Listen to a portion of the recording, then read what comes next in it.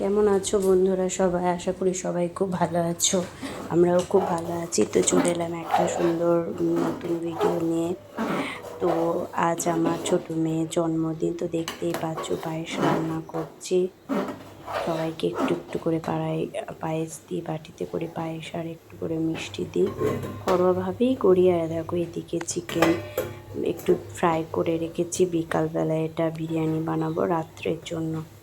কাউকে তেমন ইনভাইট করি না, দু একজন বাচ্চাদেরকে করি, বেশি কিছু আয়োজন করিনি। আবার এ মাসে আমার বড় মেয়েরও জন্মদিন আছে, তখন একটু সবাইকে খাওয়াই। আর এ তো ছোটো, এমনি রেডি হতে চায় না, কান্নাকাটি করে, তো বেশি কিছু করি না। তো তার জন্য সকাল সকাল উঠে আগে পায়েসটা রান্না করে নিচ্ছি, কারণ এই পায়েসটা আমাকে সবার বাড়ি বাড়ি দিতে হবে, ঠান্ডা না হলে তো সেটা দেওয়া যাবে না। তো তার জন্য দেখো মানে 250 মতো চাল নিয়ে পায়েসটা বানাচ্ছি, সব কিছু বাদাম টাদাম দিয়ে। যাই হোক, তো এদিকে দেখো লুচি ভেজেছি অল্প। আমার বড় মেয়ে বললো, মা বুনির জন্মদিন, তাহলে আমি তো খাবো, তো একটু লুচি, ওর জন্য লুচি ভেজেছি। এদিকে একটু তরকারি করেছি আর মিষ্টি। তো আমার একটা মানে কাকি শাশুড়ি আছে, তো তাদেরকে কয়েকটা লুচি দেবো, আর তেমন কাউকে দেবো না, বাড়ির সবাই আমরা খাবো। তো ওখানে জানালায় মিষ্টিগুলো রাখা আছে, তোমাদেরকে মিষ্টিগুলো ছবি বোধহয় আসেনি। তো যাই হোক, কিচেনে আবার চলে এলাম। তো দেখি পায়েসটা কেমন মানে হয়েছে, পানি টানি রাখবে কি না। এখন থাক, দুধ আসতে একটু দেরি হবে, তো দুধ দেওয়ার পর পায়েসটাকে পুরোপুরি ফিনিশ করব রান্নাটা। তো এদিকে দেখো বিরিয়ানির প্রিপারেশনগুলো আমি করে রাখছি, যাতে করে বিকালে চাপ না হয়। এখন আমার মেয়ে ওঠেনি, তো দেখো ওই কাজ করতে করতে দুপুরবেলা হয়ে গেছে।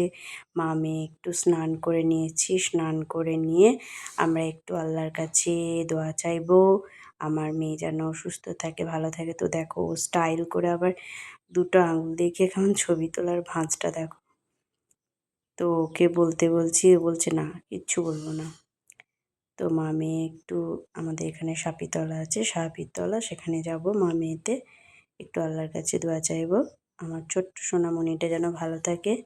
তোমরাও একটু আমার ছোট্ট মেয়ের জন্য দোয়া চেও। তো এই করতে করতে সন্ধ্যা এসে গেছে, তো কেকের প্রিপারেশন চলছে, খুব মজা হচ্ছে, সবাই এসছে। আর আমার মেয়ে ফোনে ফোনে কথা বলছে। তো তার মধ্যে দিয়ে কেক কাটা শুরু হলো। ওখান থেকে নেবে, এখান থেকে হয়ে যাবে। বাবা, তুমি খেতে লেগে জামাটা কেন দিয়েছে, দারুণ। এইটাও পিসি দিয়েছে। ও তো সব জায়গায় একটু উঁচু হয়ে বসতে দেবে, সিরিয়াস মানে বলার নয়।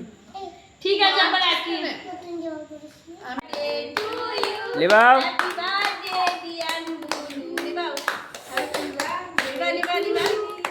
যাও, আছে চলো চলো, এবার ইয়ে করো, কেকটা কাটো।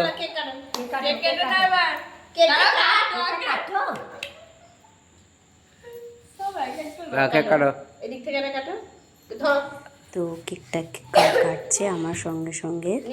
আমার কেকটা ছোটো মেয়ে একদম পাক্কু বুড়ি, ওকে কিছু শেখাতে হয়নি। তো 3 বছরে খেয়ে নাও, তুমি একটু খুবই খেয়ে নাও। বাহাদুর।